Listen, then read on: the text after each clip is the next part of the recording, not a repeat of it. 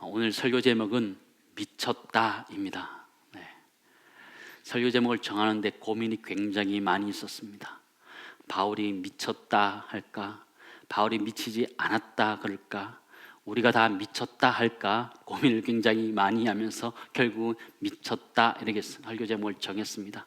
정하고 나니까 설교 제목이 미쳤다인 건지 설교 제목을 정한 것이 미쳤다인지 좀 헷갈리면서 그런 시간들을 좀 보내면서요, 미쳤다라고 정했고, 특별히 한자로 아름다운 미를 써서 미쳤다 그랬는데 그 의미들은 우리가 나중에 한번 살펴보도록 하겠습니다. 어쨌든 오늘 제목은 미쳤다라는 제목을 정해 보았습니다. 이 미쳤다라는 단어는 두 가지 의미로 사용된다라고 볼 수 있습니다. 하나는 부정적인 의미고 하나는 긍정적인 의미입니다.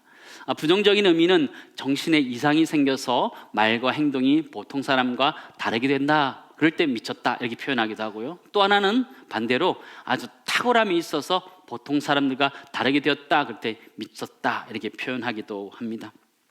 요즘 세대가 극단적으로 표현하는 그런 방법들이 아닌가 그런 생각을 해보게 되는데요, 이 미쳤다라는 표현은요, 이 두 가지 표현은 손가락을 가지고 표현하면 더 정확하다라는 생각을 해보게 되었습니다.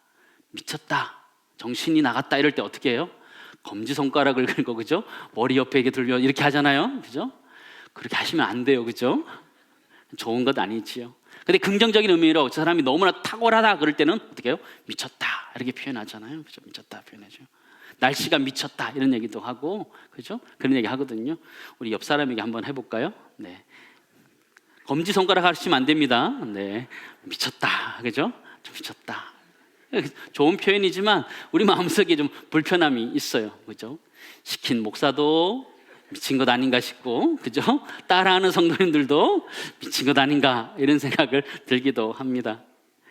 웃는 얘기들인데요, 세상을 살다 보면 내가 미친 건지 세상이 미친 건지 알 수 없는 그런 상황 속에 놓을 때가 참 많이 있습니다. 지난 9월 초에 뭐 신문 칼럼 제목이 세상이 미쳐 돌아가고 있다, 이런 제목의 칼럼에 실렸는데요, 이렇게 그는 쓰고 있더라고요. 믿던 것들이 부정당하고 합의된 가치체가 무너지고 있다. 광기 가득한 시대, 내가 보는 세상이 미쳤나? 보는 내가 미쳤나? 내가 보는 세상이 미친 건지 아니면 보는 내가 미친 건지라는 이 글이 참 가슴속에 와닿더라고요. 우리도 살아가면서 세상을 향해서 그러죠. 물가가 미쳤다 이런 얘기도 하고요, 그죠? 기름값이 미쳤다 이런 얘기도 하고요, 집값이 미쳤다 이런 표현을 하면서요, 미친 사람들의 세상 같다 그런 생각을 해보게 됩니다. 오늘 성경에 보시면 미친 사람들이 등장하고 있습니다. 누구냐면 가이사랴 총독을 일했었던 베스도라는 사람, 이 사람은 권력과 돈에, 그죠? 미쳤던 사람이라고 보여지고요, 이 아그리빠 왕이라는 사람은 권력에 미쳤던 사람, 또 성에 미쳤던 사람이다 그렇게 보아집니다. 또 한 사람이 더 등장하는데 복음에 미쳤던 사도 바울이라는 사람이 등장하고 있습니다. 사도 바울은 그 권력자들 앞에서 자신의 이야기를 합니다. 가장 힘있게 이야기를 하는데 이 두 사람이 위기감을 느끼게 되는 것입니다. 사도 바울의 말에 힘이 있었기 때문입니다. 왜냐하면 사도 바울은 자신이 경험한 것에 대한 이야기를 하고 있었기 때문이고, 부활하신 예수 그리스도에 대한 이야기를 하고 있었기 때문에 힘있게 이야기를 했을 때 권력자였던 아그리빠 왕과 베스도 총독이 그 사도 바울의 말에 거의 넘어갈 뻔하게 됩니다. 그러면서 사도 바울의 책망하는 성경 구절이 오늘 기록되어져 있습니다. 24절 말씀 한번 보시기 바랍니다. 같이 읽습니다. 바울이 이같이 변명하매 베스도가 크게 소리내어 이르되, 바울아 내가 미쳤도다, 내 학문이 너를 미치게 한다 하니. 그죠? 베스도의 표현이 과격하지요. 바울아 내가 미쳤도다 이렇게 표현하고요, 또 뭐라고 그래요? 내가 많은 학문으로 인하여 내가 미쳤다 이렇게 표현하고 있습니다. 아주 심하게 사도 바울에 대해서 책망하고 있는 모습으로 보여지고요, 근데 그 구절 바로 앞에 보면 크게 소리 내어 이렇게 표현되어 있습니다. 그가 그렇게 크게 이야기할 필요가 없습니다. 그는 권력자였고 그 가이사랴 총독이 있는 관할하는 곳에서 재판이 일어났기 때문에 그렇게 크게 이야기하지 않아도 되는데 크게 이야기하게 됩니다. 왜 크게 이야기했을까요? 한번 상상해 보시기 바랍니다. 왜 사람이 소리치고 그럴까요? 한번 생각해 보시기 바랍니다. 요즘 반려동물이 천만 시대다 이렇게 이야기하는데요. 요즘 개가 왜 짖는지 아십니까? 맞습니다. 개가 짖는 이유는 여러 가지 있는데 경계성 짖음이라는 게 있습니다. 그게 무엇이냐면 낯선 사람이 자신의 영역을 침입할 때 짖는 것입니다. 베스도가 왜 크게 소리를 쳤을까요? 사도 바울의 말이 자신의 영역을 침범하고 자신의 생각을 침범하는 생각해서 크게 소리내서 내가 미쳤다 이렇게 이야기하는 거죠. 사도 바울이 미쳤나요? 그렇지 않죠. 25절 말씀 보시기 바랍니다. 바울이 이르되 베스도 각하여 내가 미친 것이 아니요 참되고 온전한 말을 하나이다. 그렇게 사도 바울이 그렇게 고백하는 거죠. 베스도에 그렇게 얘기했는데요. 아그리빠 왕도 이 베스도와 다르지 않습니다. 28절 말씀 보시기 바랍니다. 아그리빠가 바울에게 이르되 내가 적은 말로 나를 권하여 그리스도인이 되게 하려 하는도다. 그죠? 들어보니까 그 말에 넘어갈 것 같은 거예요. 아그리빠 왕이 자존심이 있지 그 말을 들을 수가 없는 거예요. 죄인처럼 결박되어 있는 사도 바울의 말을 듣고 넘어갈 수가 없어서 그가 멈추고 있는 것을 보게 되죠. 사도 바울이 이렇게 이야기합니다. 29절입니다. 바울이 이르되 말이 적으나 많으나 당신뿐만 아니라 오늘 내 말을 듣는 모든 사람도 다 이렇게 결박된 것 외에는 나와 같이 되기를 하나님께 원하나이다 하니라. 사도 바울도 미쳤습니다. 그죠? 왕 앞에서 권력자 앞에서 나같이 되기를 원한다. 결박된 것 위에는 나같이 되기를 원한다며 자신 있게 이야기하고 있는 그런 모습을 보게 되지요. 사도 바울의 이 모습은 세상의 권력 앞에서 세상 사람들 앞에서 자신의 복음을 담대하게 전하고 있는 그런 모습을 우리에게 보여주고 있지요. 사도 바울은 무엇에 미친 사람이었을까요? 사도 바울은 복음에 미친 사람, 예수 그리스도에 미친 사람이었죠. 이 사도 바울의 복음 전파로 인하여 로마가 변화되게 됐다는 것을 우리는 잘 알고 있습니다. 첫 번째 나누기 원하는 것 그것입니다. 우리가 복음에 미쳐야지 세상을 바꿀 수 있다라는 것입니다. 사도 바울은 그 당시 권력자였던 아그리빠 왕 앞에서 가이사의 총독이었던 베스도 앞에서 담대하게 이야기할 수 있었던 이유가 무엇입니까? 그가 복음에 미쳐 있었기 때문에, 그가 알았던 그 복음, 예수의 이야기에 미쳐 있었기 때문에 담대하게 전했던 것을 우리가 알게 되는데, 우리 모두가 복음에 미칠 수 있기를 간절히 소망합니다. 그냥 미치면 안 되고, 그죠? 복음에 미쳐야 된다라는 얘기를 드리는 것인데요, 이 복음은 세상을 바꾸고 지금도 바꾸어 가고 있습니다. 누가복음 4장 18절 19절입니다.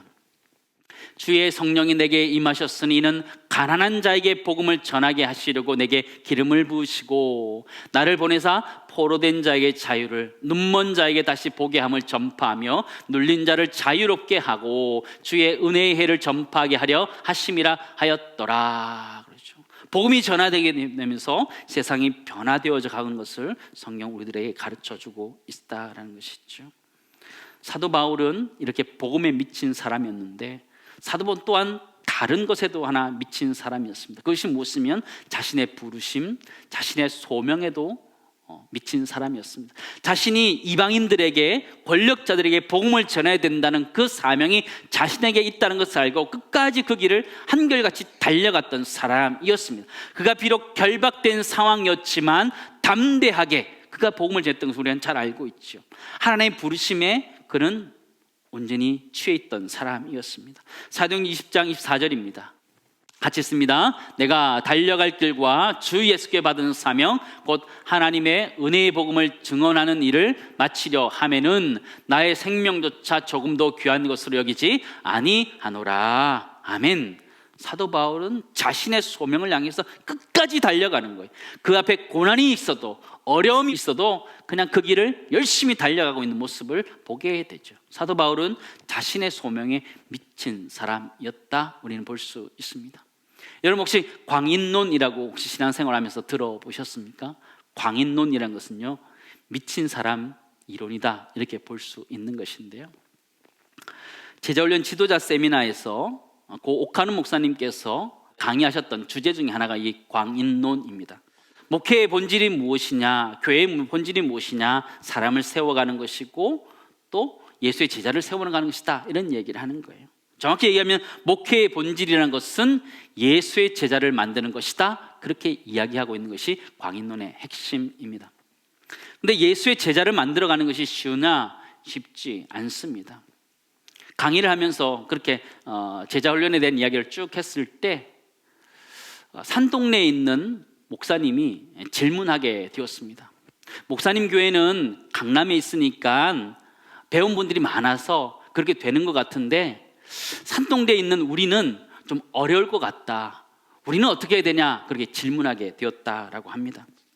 여러분 어떻게 생각하십니까? 그 질문하신 목사님의 상황이 충분히 이해가 되는 상황이었습니다. 그 옥하는 목사님은 그 질문을 받고 잠깐 고민하게 되셨다라고 합니다. 근데 그 순간 성령께서 주시는 생각이 있었다라고 말씀하시면서 이렇게 얘기해 주셨습니다. 그것이 무엇이냐면, 만약에 내가 옥하는 목사님이 산동네에서 목회를 한다면 제자 훈련을 하겠느냐 하지 않겠느냐 다시 물었던 것입니다. 그 자리에 있는 모든 사람들이 할 것이다, 이렇게 대답을 했습니다. 그게 무엇인가요? 그는 제자 훈련에 미쳐 있었기 때문에 환경과 상관없이 그 훈련을 했을 것이다, 그런 이야기들을 하는 것이었는데요, 광인론이라는 것은요 그런 거예요. 미쳐 있는 것이죠. 복음에 미쳐 있고 소명에 미쳐 있는 것이죠. 우리 어떤 분야에 성공하려면 미쳐야 된다, 우리가 이야기하고 있습니다. 우리 그리스도인들은 무엇에 미쳐야 될까요? 요즘 이 세상도 보면 미친 사람들의 이야기로 참 많이 이루어지고 있습니다. 올해 7월에 정덕현 문화평론가가 미쳐야 미친다 속설에 딱 맞는 예능시대라는 글을 쓴 적이 있습니다. 그는 이렇게 정리하고 있었는데 제가 좀 읽어드리려고 하겠습니다. 요즘은 한때 매니아들의 전유물처럼 치부되던 소재들이 예능의 트렌드로 떠올랐다, 이렇게 표현하고 있으면서요, 낚시, 골프, 밀리터리 등이 바로 그러한 것들을 의미한다, 이렇게 표현해주고 있습니다. 한때 예능에서는 낚시는 금기시 되었다, 이렇게 표현하고 있습니다. 왜 그랬을까요? 낚시라는 것이요, 넣으면 계속 잡히는 게 아니잖아요.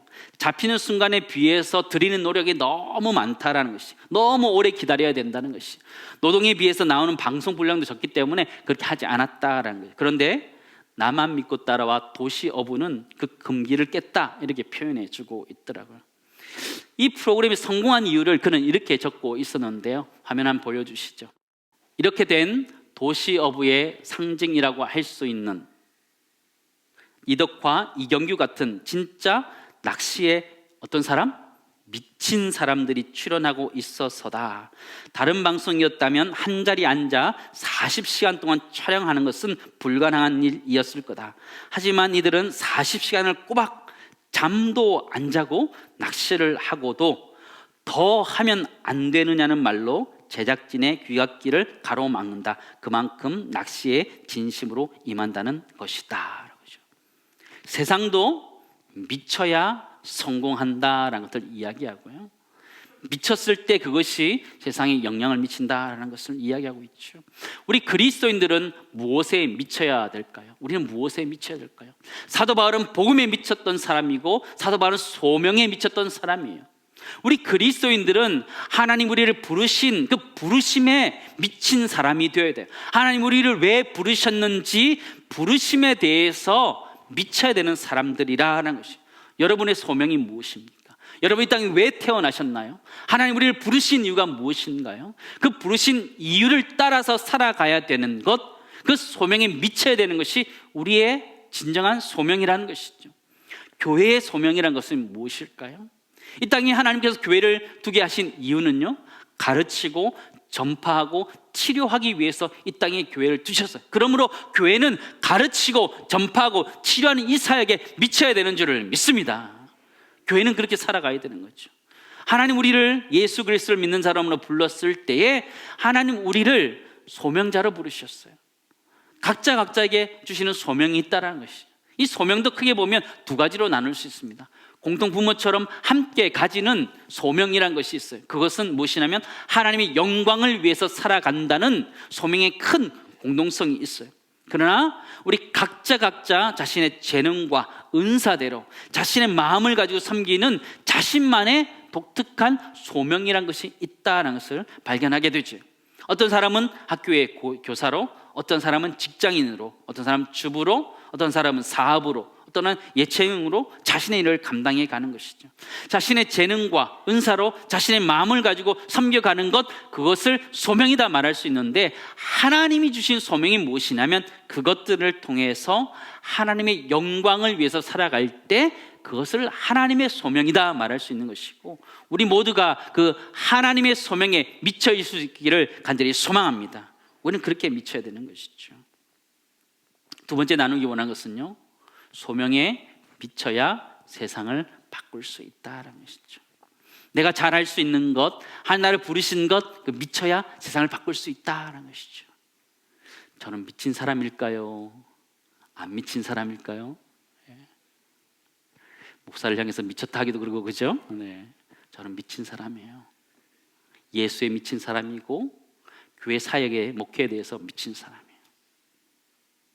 하나님 주신 그 소명을 따라서 살아가기로 작정하고 열심히 쫓아가는 미친 사람이에요.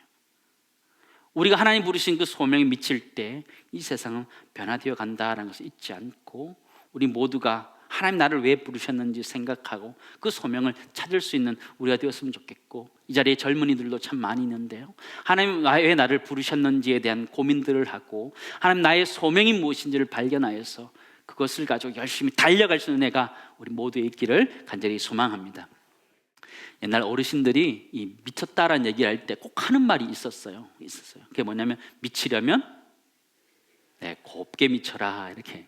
미치려면 곱게 미쳐야 한다, 이런 얘기 하거든요. 저는 우리 그리스도인들이 이게 곱게 미친 사람들이다, 이렇게 표현해 보고 싶습니다. 사도 바울은 이렇게 얘기하거든요. 사도행전 26장 25절 말씀 보시기 바랍니다.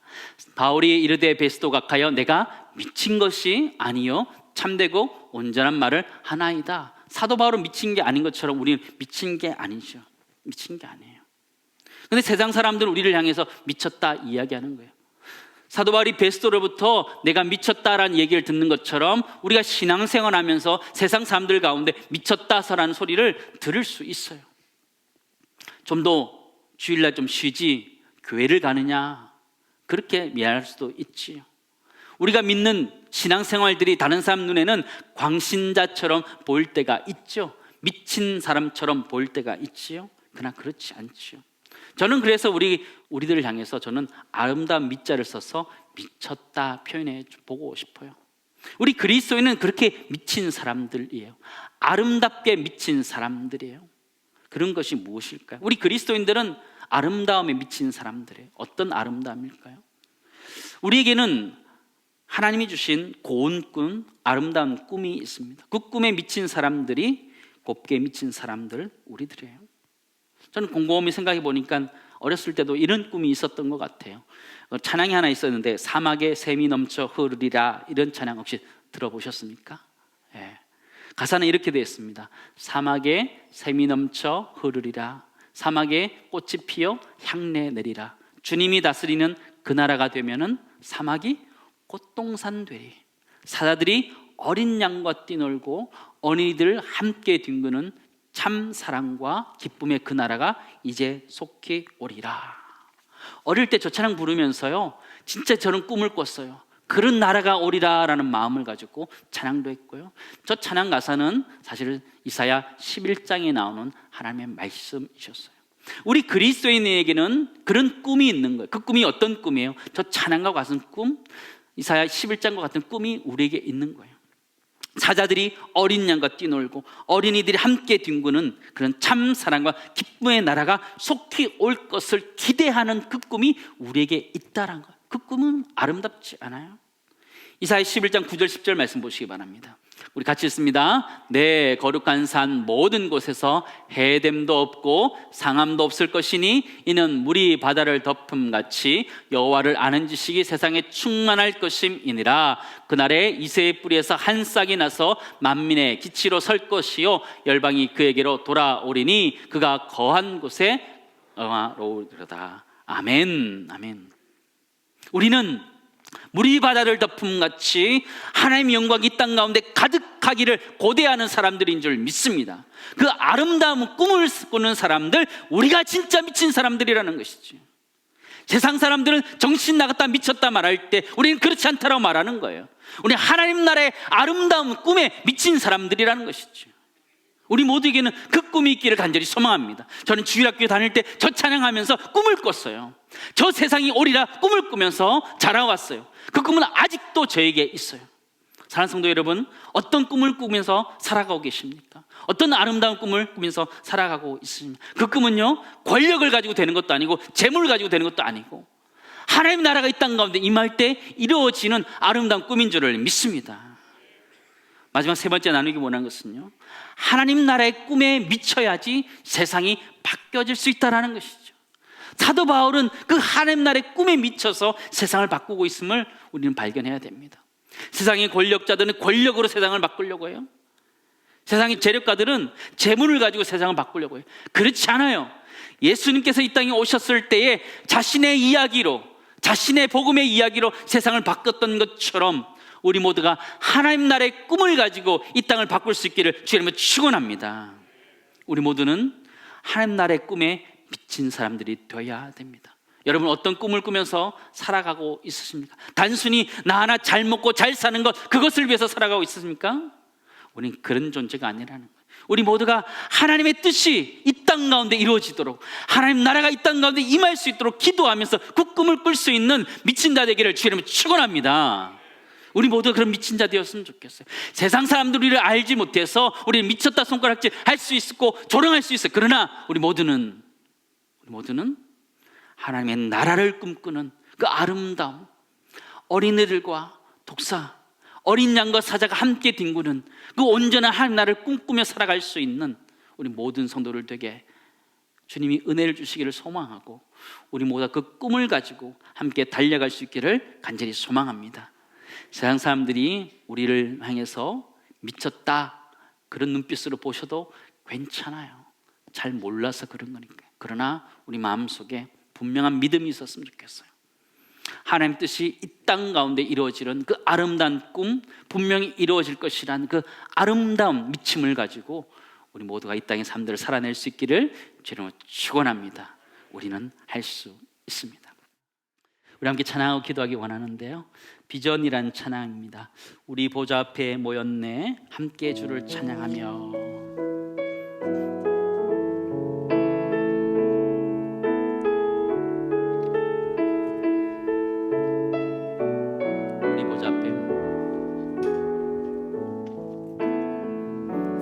우리 보좌 앞에 모였네, 함께 주를 찬양하며 하나님의 사랑 그 아들 주셨네, 그의 피로 우린 구원받았네. 십자가에서 쏟으신 그 사랑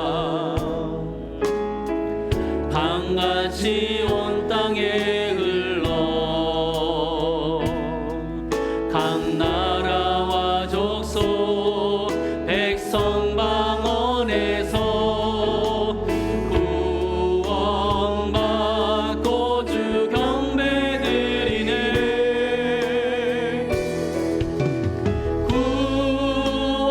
구원하심이 보좌에 앉으신 우리 하나님과 어린 양께 있도다.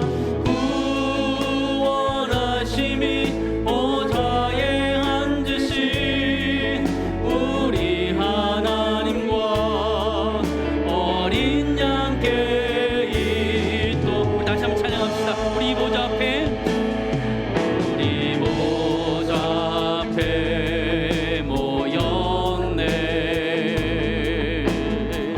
함께 주를 찬양하며 하나님의 사랑 그 아들 주셨네, 그의 피로 우린 구원받았네. 십자가에서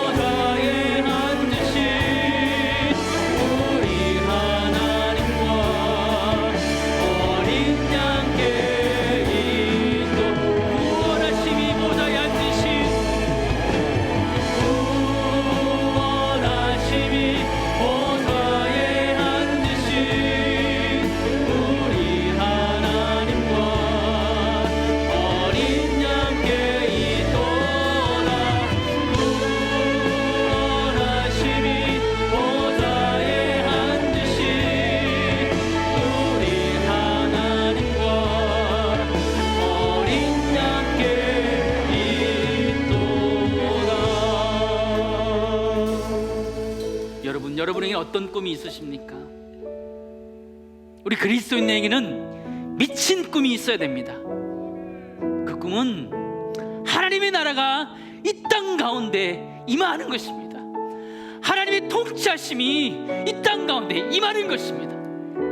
함께 기도하실 때 하나님의 통치가 이 땅 가운데 임하게 해달라고, 내 가정에, 나의 회사에, 내가 일하는 곳에, 내가 머는 곳에 하나님의 통치가 임하게 해달라고 기도하시고, 그런 하나님의 꿈을 꾸게 해달라고 기도하시고, 우리 자신이 사도 바울과 같이 복음과 소명에 미친 자 되게 해달라고 함께 기도드리겠습니다. 다 함께 기도드리겠습니다. 하나님 아버지, 이 시간 하나님 기도하며 하나님 은혜 속에 하나님 간절히 소망합니다. 하나님 은혜 이 사람을 위해서 간절히 소망하며 하나님 각자의 삶들 가운데 하나님 어떤 이 사람들이 은혜 위해서